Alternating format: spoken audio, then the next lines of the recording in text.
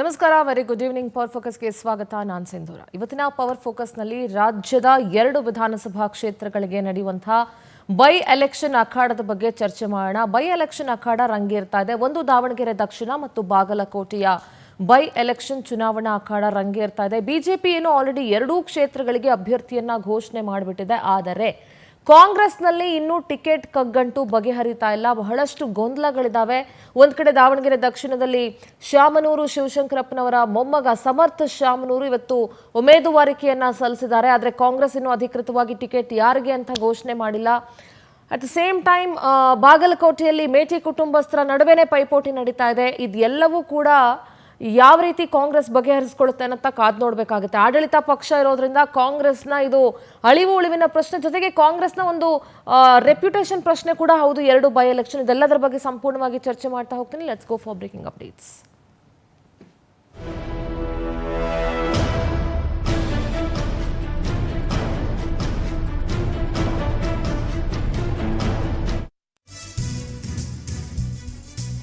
ರಾಜ್ಯದಲ್ಲಿ 2 ವಿಧಾನಸಭಾ ಕ್ಷೇತ್ರಗಳಿಗೆ ಉಪಚುನಾವಣೆ. ದಾವಣಗೆರೆ ದಕ್ಷಿಣ ಮತ್ತು ಬಾಗಲಕೋಟೆ ಕ್ಷೇತ್ರಗಳಲ್ಲಿ ಜಿದ್ದಾಜಿದ್ದಿನ ಪೈಪೋಟಿ ನಡೀತಾ ಇದೆ. 2 ಕ್ಷೇತ್ರಗಳಲ್ಲಿ ಟಿಕೆಟ್ಗೋಸ್ಕರ ಕಾಂಗ್ರೆಸ್ ಜಿದ್ದಾಜಿದ್ದಿನ ಪೈಪೋಟಿ ನಡೀತಾ ಇದೆ.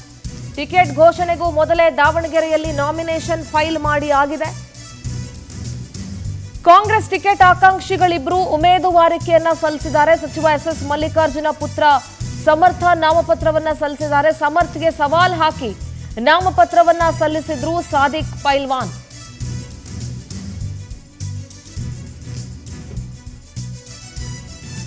ಕಾಂಗ್ರೆಸ್ ಪಕ್ಷ ಅಧಿಕೃತವಾಗಿ ಟಿಕೆಟ್ ಘೋಷಣೆ ಮಾಡದೇ ಇದ್ರೂ ಕೂಡ ಸಮರ್ಥ ಶಾಮನೂರು ಮತ್ತು ಸಾದಿಕ್ ಪೈಲ್ವಾನ್ ಇಬ್ರು ಉಮೇದುವಾರಿಕೆಯನ್ನ ಇವತ್ತು ಸಲ್ಲಿಸಿದ್ದಾರೆ. ಬಹಳ ಒಳ್ಳೆಯ ದಿನ, ಒಳ್ಳೆ ಮುಹೂರ್ತ ಇದೆ ಅಂತ ಹೇಳಿ.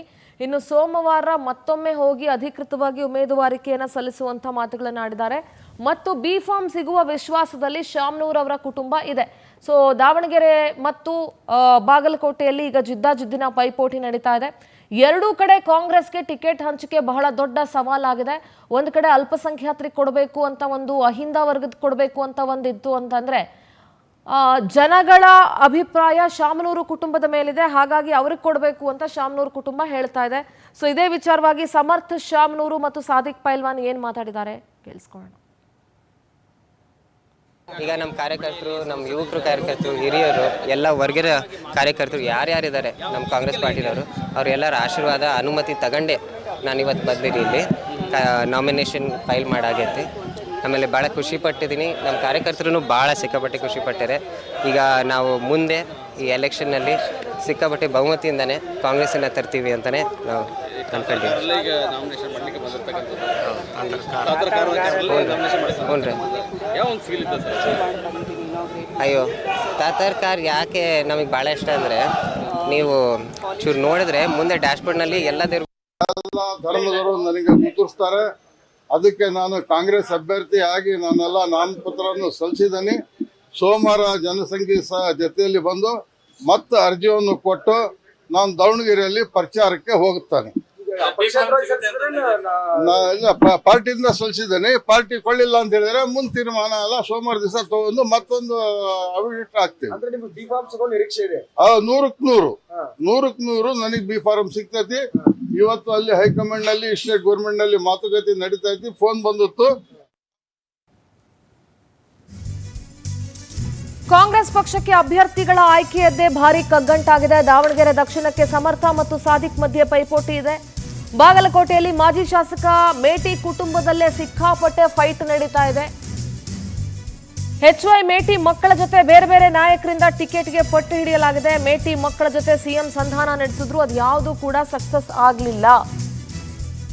ಉಪಸಮರ ಟಿಕೆಟ್ ಯುದ್ಧಕ್ಕೆ ಕಾಂಗ್ರೆಸ್ ಹೈಕಮಾಂಡ್ ಎಂಟ್ರಿಯನ್ನ ಪಡ್ಕೊಂಡಿದೆ. ಬೆಂಗಳೂರಿಗೆ ರಾಜ್ಯ ಉಸ್ತುವಾರಿ ರಂದೀಪ್ ಸುರ್ಜೇವಾಲಾ ಕೂಡ ಎಂಟ್ರಿ ಕೊಟ್ಟಿದ್ದಾರೆ. ಇವತ್ತು ಸಿಎಂ, ಡಿಸಿಎಂ ಮತ್ತು ಆಕಾಂಕ್ಷಿಗಳ ಜೊತೆ ಹೈ ವೋಲ್ಟೇಜ್ ಸಭೆಯನ್ನ ನಡೆಸಿದ್ದಾರೆ. ಇಲ್ಲೇ ಬಗೆಹರಿಯುತ್ತಾ ಬೈ ಎಲೆಕ್ಷನ್ ಟಿಕೆಟ್ ಹಗ್ಗ ಜಗ್ಗಾಟ ಗೊತ್ತಿಲ್ಲ. ದೆಹಲಿಯ ಹೈಕಮಾಂಡ್ ಅಂಗಳಕ್ಕೆ ಶಿಫ್ಟ್ ಆಗಿದ್ರೂ ಆಗಬಹುದು.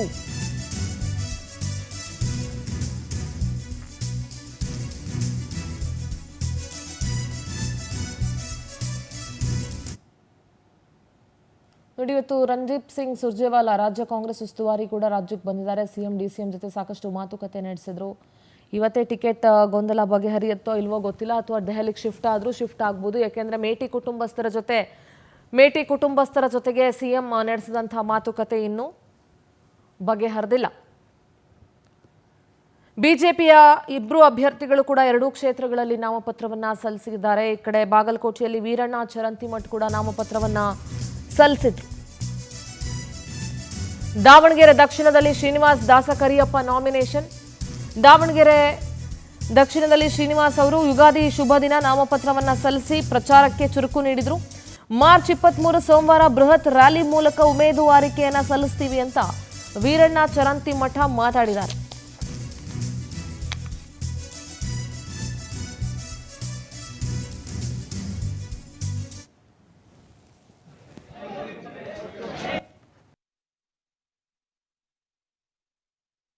ಎಲ್ಲ ಜನತೆ ಭಾರತೀಯ ಜನತಾ ಪಕ್ಷಕ್ಕೆ ಅತ್ಯಮೂಲ್ಯವಾದ ಮತವನ್ನು ಕೊಟ್ಟು ಅತಿ ಹೆಚ್ಚಿನ ಮತಗಳಿಂದ ಗೆಲ್ಲಿಸಬೇಕು ಅಂತ ಹೇಳಿ ನಾನು ವಿನಂತಿ ಮಾಡಿಕೊಳ್ತೇನೆ. ಧನ್ಯವಾದ. ಅವರು ನಮ್ಮ ಕೇಂದ್ರದ ಸಚಿವರಾದ ಪ್ರಹ್ಲಾದ್ ಜೋಶಿ ಅವರು, ಬೆಳಗಾವಿಯ ಸಂಸದರಾದ ಜಗದೀಶ್ ಶೆಟ್ಟರ್ ಅವರು, ಗೋವಿಂದ ಕಾರಜೋಳ ಅವರು, ರಾಜ್ಯದ ಅಧ್ಯಕ್ಷ. ಸಾಂಕೇತಿಕವಾಗಿ ನಾವು 5 ಜನ ಬಂದು ಈಗ ನಾಮಪತ್ರ ಸಲ್ಲಿಸಿದ್ದೀವಿ. ನಮ್ಮ ಮುಖಂಡರೆಲ್ಲ ಕೂತು ನಾವೆಲ್ಲ ಮಾತನಾಡಿ ಒಂದು ಮೆರವಣಿಗೆ ಮೂಲಕ ಮತ್ತೊಂದು ಸರಿ ನಾಮಪತ್ರವನ್ನು ಸಲ್ಲಿಸಿದ್ದೀವಿ. ಎಲ್ಲ ರಾಜ್ಯ ಮುಖಂಡರು ಬರ್ತಾರೆ, ರಾಷ್ಟ್ರೀಯ ಒಬ್ಬರು ಮುಖಂಡರು ಕೂಡ ನಾವು ಆಹ್ವಾನ ಮಾಡಿದ್ದೀವಿ, ಬರ್ತೀವಿ ಅಂತ ಹೇಳಿದ್ದಾರೆ. ಅವ್ರನ್ನ ಕರ್ಕೊಂಡು ಜಿಲ್ಲೆಯ ಎಲ್ಲ ಮುಖಂಡರು, ಮಾಜಿ ಸಂಸದರು, ಎಲ್ಲ ಮಾಜಿ ಸಚಿವರು, ಶಾಸಕರು, ನಮ್ಮೆಲ್ಲ ಹಿರಿಯರು, ಪಕ್ಷದ ಕಾರ್ಯಕರ್ತರ ಜೊತೆಗೂಡಿ 25,000 ಜನರೊಂದಿಗೆ ನಾವು ಅವತ್ತು ನಾಮಿನೇಷನನ್ನು ಮಾಡಲಿಕ್ಕೆ ತಯಾರಿ ಮಾಡಿ ನಾಮಪತ್ರವನ್ನು ಸಾಂಕೇತಿಕವಾಗಿ ನಾವು 5 ಜನ ಬಂದು ಈಗ ನಾವು ಇದ್ರ ಬಗ್ಗೆ ಚರ್ಚೆ ಮಾಡೋದಕ್ಕೆ ನಮ್ಮ ಜೊತೆಗೆ ಕಾಂಗ್ರೆಸ್ನ ವಕ್ತಾರರು ನಟರಾಜ್ ಗೌಡ್ರು ಜಾಯ್ನ್ ಆಗಿದ್ದಾರೆ. ಗೌಡ್ರೆ ನಮಸ್ತೆ, ಕಾರ್ಯಕ್ರಮಕ್ಕೆ ಸ್ವಾಗತ. ನಮಸ್ತೆ. ಬಿಜೆಪಿಯ ವಕ್ತಾರರು MG ಮಹೇಶ್ ಗೌಡ್ರು ಕೂಡ ಜಾಯ್ನ್ ಆಗಿದ್ದಾರೆ. ಮಹೇಶ್ ಜಿ ನಮಸ್ತೆ, ಕಾರ್ಯಕ್ರಮಕ್ಕೆ ಸ್ವಾಗತ. ಎಸ್, ಮೊದಲಿಗೆ ನಾನು ನಟರಾಜ್ ಗೌಡ್ರ ಹತ್ರ ಮಾತನಾಡ್ಬಿಡ್ತೀನಿ. ನಟರಾಜ್ ಗೌಡ್ರೆ, ಈಗ ಆಲ್ರೆಡಿ ಬೈ ಎಲೆಕ್ಷನ್ 2 ಕ್ಷೇತ್ರ, ಈ ಹಿಂದಿನ ಬೈ ಎಲೆಕ್ಷನ್ಗಳಲ್ಲೂ ಕೂಡ ಕಾಂಗ್ರೆಸ್ ಏನೋ ಗೆದ್ಕೊಂಡು ಬಂದ್ರೆ, ಆದರೆ ಈ 2 ಬೈ ಎಲೆಕ್ಷನ್ ಟಿಕೆಟ್ ಹಂಚಿಕೆಯಲ್ಲಿ ಕಾಂಗ್ರೆಸ್ಗೆ ಯಾಕೆ ಇಷ್ಟೊಂದು ಕಷ್ಟ ಆಗ್ತಾ ಇದೆ? ಯಾಕೆ ಇಷ್ಟೊಂದು ಕಗ್ಗಂಟನ ಮಾಡ್ಕೊಳ್ತಾ ಇದ್ದೀರಿ? ಈ ಬಿಜೆಪಿ ಆಲ್ರೆಡಿ ಟಿಕೆಟ್ಗಳನ್ನು ಘೋಷಣೆ ಮಾಡಿದ್ರು, ಕಾಂಗ್ರೆಸ್ಗೆ ಟಿಕೆಟ್ ಘೋಷಣೆ ಮಾಡಲಿಕ್ಕೆ ಇನ್ನೂ ಯಾಕೆ ಆಗ್ತಾ ಇಲ್ಲ? ಯಾಕಂದ್ರೆ ಆಕಾಂಕ್ಷಿಗಳು ಜಾಸ್ತಿ ಇದ್ದಾರೆ ಸಿಂಧೂರ್ ಅವರೇ. ಯಾಕಂದ್ರೆ ಒಂದು ನಮ್ಗೆ ಆಂತರಿಕ ಸಮೀಕ್ಷೆ ಏನ್ ಬಂದಿದೆ ಅಂದ್ರೆ, 2 ಕ್ಷೇತ್ರಗಳಲ್ಲಿ ಕಾಂಗ್ರೆಸ್ 25,000 ರಿಂದ 40,000 ಮತಗಳ ಅಂತರದಲ್ಲಿ 2 ಕ್ಷೇತ್ರವನ್ನ ಗೆಲ್ತೀವಿ ಅಂತ ಒಂದು ನಮ್ಗೆ ಸೂಚನೆ ಬಂದಿದೆ. ಈ ಸೂಚನೆ ಬಂದ ಮೇಲೆ ಆಂತರಿಕವಾಗಿ ಚರ್ಚೆ ಮಾಡಿದಾಗ ಆಕಾಂಕ್ಷಿಗಳು ಜಾಸ್ತಿ ಆಗಿದ್ದಾರೆ. ಈಗ ದಾವಣಗೆರೆ ದಕ್ಷಿಣ ಅಲ್ಲಿ ಶಾಮನೂರು ತರವಾದದ್ದು ಅವ್ರಿಗೆ ಕೊಡ್ಬೇಕಾದ್ರೆ SS ಮಲ್ಲಿಕಾರ್ಜುನ್ ಮಿನಿಸ್ಟರ್ ಆಗಿದ್ದಾರೆ, ಪ್ರಭಾ ಮಲ್ಲಿಕಾರ್ಜುನ್ MP ಆಗಿದ್ದಾರೆ. ಬೇರೆಯವ್ರಿಗೆ ಅವಕಾಶ ಕೊಡಿ ಅಂತ ಕೆಲವು ಕಾರ್ಯಕರ್ತರು, ಕೆಲವು ಜನ ಅಲ್ಲೂ ಕೂಡ ಚರ್ಚೆ ಮಾಡ್ತಾ ಇದ್ದಾರೆ. ಆಮೇಲೆ ಇಲ್ಲ, ನಾವು ಗೆಲ್ತೀವಿ, ಅನುಕಂಪದ ಆಧಾರದ ಮೇಲೆ ನಮ್ಗೆ ಅವಕಾಶ ಕೊಡಿ, ನಮ್ಮ ಹುಡುಗ ಗೆಲ್ತಾನೆ ಅಂತ ಹೇಳಿ, ಸಮರ್ಥ ಗೆಲ್ತಾನೆ ಅಂತ ಹೇಳಿ ಅವ್ರ ಕುಟುಂಬದವರು ಕೂಡ ಅದನ್ನ ಕೇಳ್ತಾ ಇದ್ದಾರೆ. ಹಾಗಾಗಿ ಅದನ್ನ ತೀರ್ಮಾನ ಮಾಡ್ಲಿಕ್ಕೆ ಅಂದ್ರೆ ಅಭ್ಯರ್ಥಿ ಯಾರೇ ಆದ್ರೂ ಕೂಡ ಯಾರ್ಯಾರ ಆಕಾಂಕ್ಷಿಗಳದಾರೋ ಎಲ್ಲರ ಜೊತೆ ಅಲ್ಲೇ ಮಾನ್ಯ DK ಶಿವಕುಮಾರ್ ಮಾತಾಡಿದ್ದಾರೆ. ಯಾರಿಗೆ ಕೊಟ್ಟರು ಒಟ್ಟಾಗಿ ಕೆಲಸ ಮಾಡ್ಬೇಕು ಅಂತ ಆಲ್ರೆಡಿ ಸೂಚನೆ ಕೊಟ್ಟಿದ್ದಾರೆ. ಮತಗಟ್ಟೆ ಏನಲ್ಲಿ ಬೂತ್ ನಲ್ಲಿ ಆಲ್ರೆಡಿ ಕಾರ್ಯಕರ್ತರು ಕೆಲಸ ಮಾಡ್ತಾ ಇದ್ದಾರೆ, ಡೋರ್ ಟು ಡೋರ್ ಪ್ರಚಾರ ಮಾಡ್ತಾ ಇದ್ದಾರೆ. ಯಾಕಂದ್ರೆ ಇಲ್ಲಿ 3 ಅಂಶಗಳು.